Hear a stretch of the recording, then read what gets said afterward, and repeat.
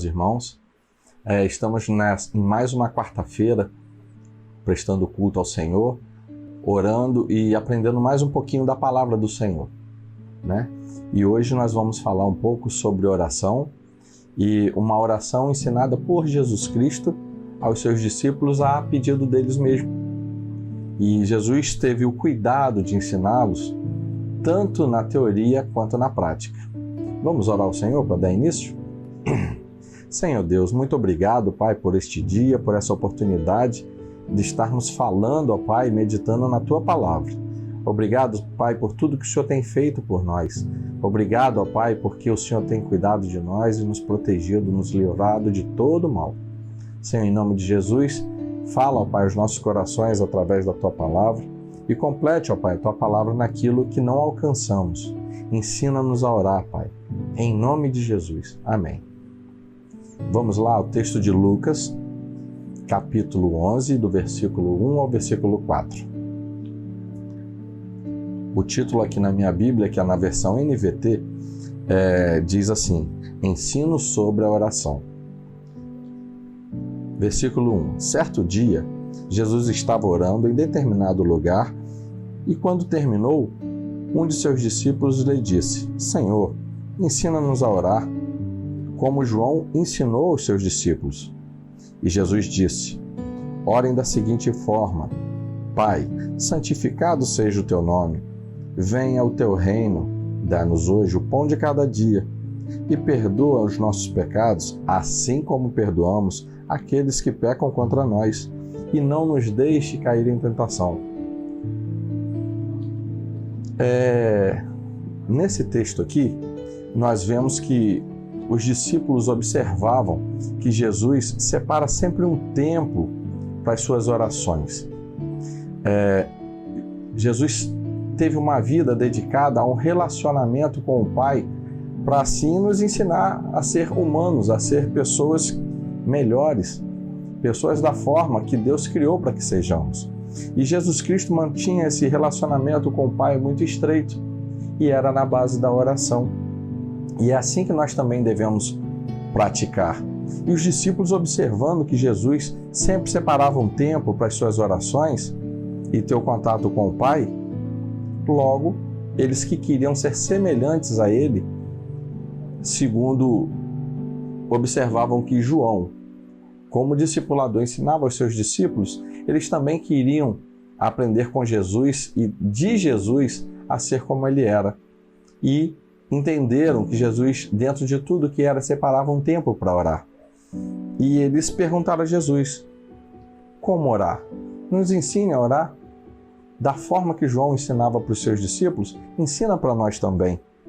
E Jesus, como mestre que era, ensinou a orar com os detalhes da oração. Jesus ensinou a respeito de paternidade, quando ele fala Pai Nosso. Ensinou sobre santidade, ensinou sobre o governo sobre a vida, sobre as tentações e o reconhecimento que Deus é o Senhor de todas as coisas. Em Mateus fala, porque teu é o reino, o poder e a glória para sempre. E esse reconhecimento e essa oração como modelo nos remete a entender coisas, elementos da oração que nós precisamos praticar. Só que aí, nós vamos para Lucas, no capítulo 9, no versículo 28, mais uma etapa do ensinamento de Jesus para os seus discípulos. Nós vamos lá na Transfiguração. Há cerca de 8 dias depois, Jesus levou consigo Pedro, João e Tiago. No texto anterior, a Bíblia não cita quem perguntou a Jesus, mas disse um de seus discípulos. E aqui, Jesus levou consigo Pedro, João e Tiago a um monte para orar. Enquanto ele orava, a aparência de seu rosto foi transformada. Suas roupas se tornaram brancas e resplandecentes. De repente, Moisés e Elias apareceram e começaram a falar com Jesus. E tinham um aspecto glorioso, e falavam sobre a partida de Jesus, que estava para se cumprir em Jerusalém. Olha como a comunhão de Jesus Cristo trouxe para si uma resposta, e uma resposta muito evidente naquele momento.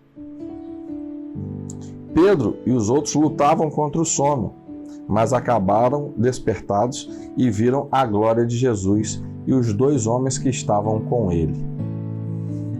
Meditando um pouco nisso, nós conseguimos ver que Jesus, como tinha ensinado na teoria, na primeira vez, na oração do Pai Nosso, ele agora chamou os seus discípulos para a prática. Então podemos imaginar, não podemos afirmar, mas podemos imaginar que provavelmente um desses três que pediu para que Jesus os ensinasse a orar lá naquele momento, E chegando ali, Pedro, Tiago e João, que estavam com Jesus, já para ver na prática Jesus Cristo ensinando no caminho como fazer a oração. Quando Jesus volta, ele começa orando e algo acontece. Aquela glória manifestada ali e a conversa de Jesus com Moisés e com Elias a respeito da sua morte, o que estava para acontecer por aqueles dias. E quando ele olha para os seus discípulos, o que eles faziam? Eles dormiam, como diz no versículo 29 a 31. Vamos lá?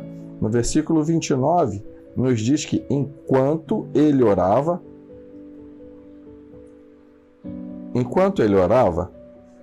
a aparência do seu rosto foi transformada e as suas roupas tornaram-se brancas resplandecentes.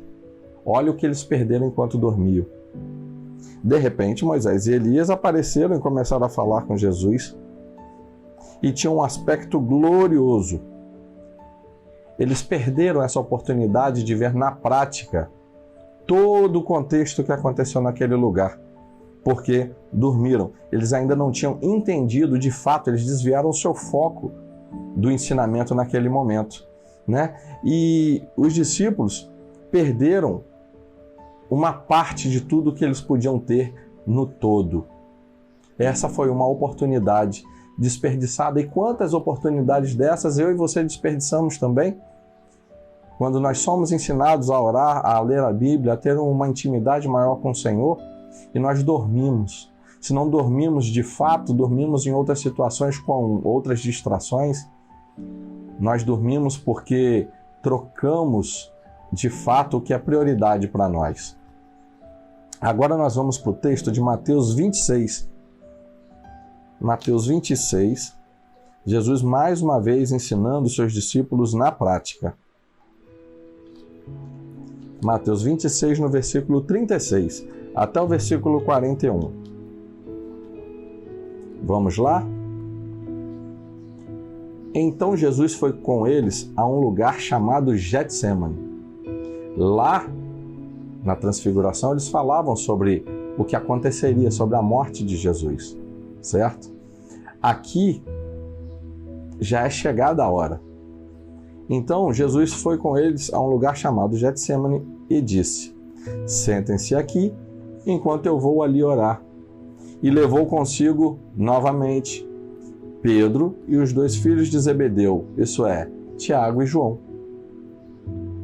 E começou a ficar triste, angustiado.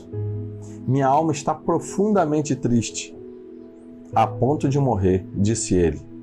Fiquem aqui e vigiem comigo. Mais um convite de Jesus. Jesus fala para os seus amigos, para os seus discípulos, o que estava passando com ele, e os convida para que vigiem junto, para que estivesse ali numa vigília com ele. Ele avançou um pouco, curvou-se com o rosto no chão e orou. E ele disse: meu Pai, se for possível, afasta de mim esse cálice, contudo não seja feita a minha vontade, mas seja feita a tua vontade. Depois, voltou aos discípulos e os encontrou dormindo mais uma vez. Eles ainda não mantiveram o foco. Eles caminhavam com o Mestre, queriam ser iguais a eles, mas como nós perdemos o foco, eles também perderam o foco. e eles mais uma vez dormiram. Vocês não puderam vigiar comigo nem por 1 hora?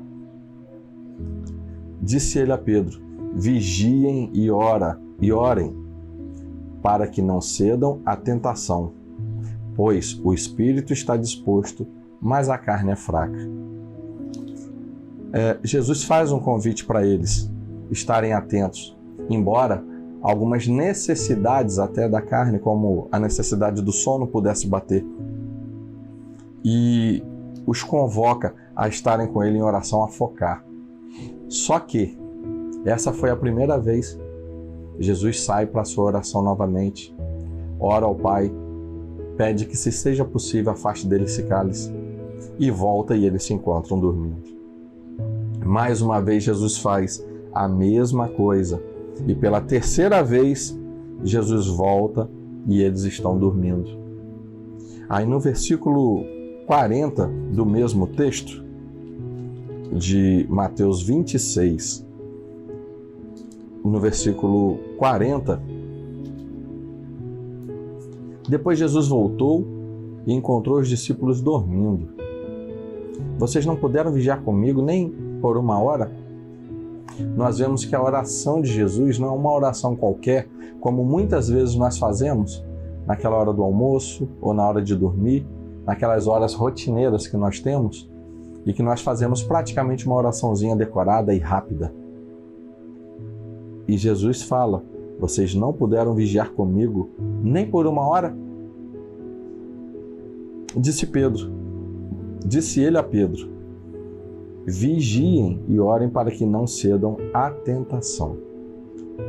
Jesus encontra novamente seus discípulos dormindo, como que se não tivessem aprendido a importância da oração, e por mais 2 vezes, como eu falei com os irmãos, ele chega e eles estão dormindo.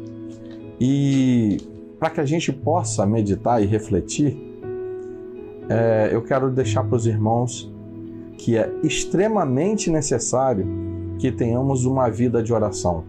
Sem oração, a gente deixa de ter relacionamento, deixa de ter comunhão.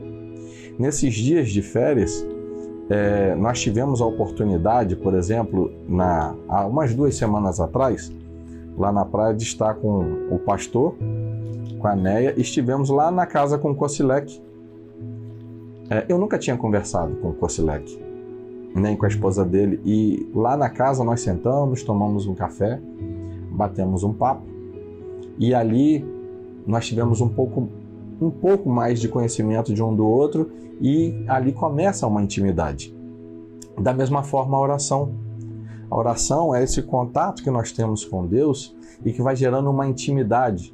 E a oração, que a gente possa deixar bem claro, é uma via de mão dupla, é um diálogo, não é um monólogo.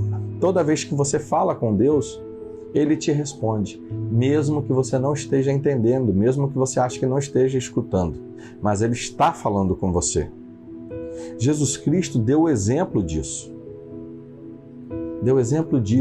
Ele chegou para fazer essa oração em específico, ele recebeu ali com ele Elias, recebeu ali com ele Moisés, que dialogavam a respeito do que haveria de acontecer. E ali foi de forma presente. Talvez comigo e com você, Deus não vai falar de forma presente, mas talvez Ele vai falar em sonho.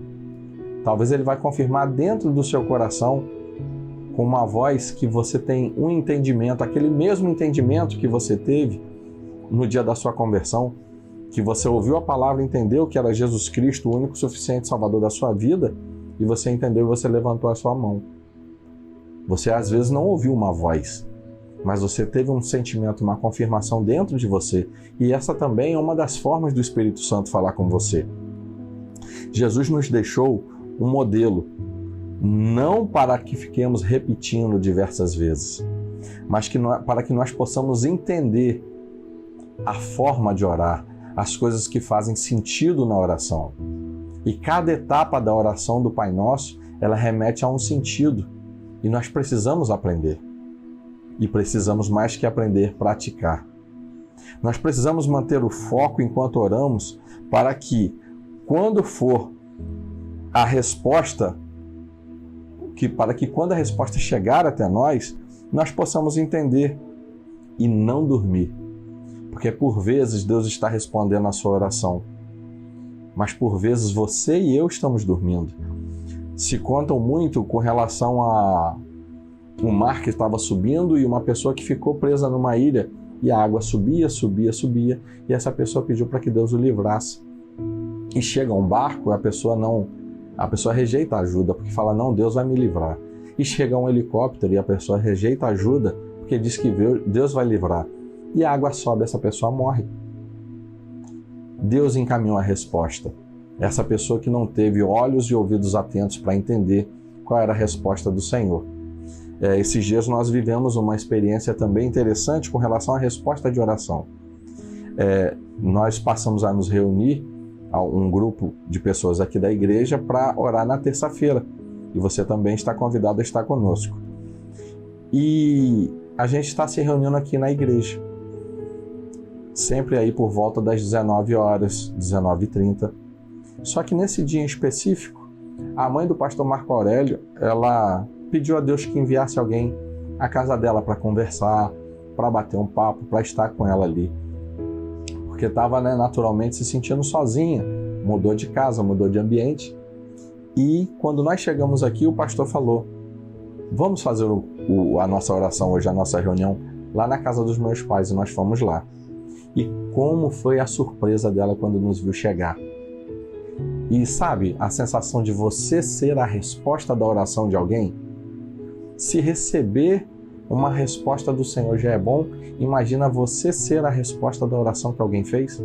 Isso é possível, porque alguém estava com olhos e ouvidos atentos para o que Deus tinha para falar, e alguém com fé pediu, e o Senhor respondeu naquele momento. É muito interessante isso para nós, e nós devemos praticar isso. Os discípulos tiveram o privilégio de aprender com o próprio Jesus Cristo, mas nós também, através da sua palavra, que é viva e eficaz. Que nós possamos meditar nessa palavra e que o Senhor possa completar essa palavra no meu e no seu coração. Que nós possamos ter uma vida de prática de oração.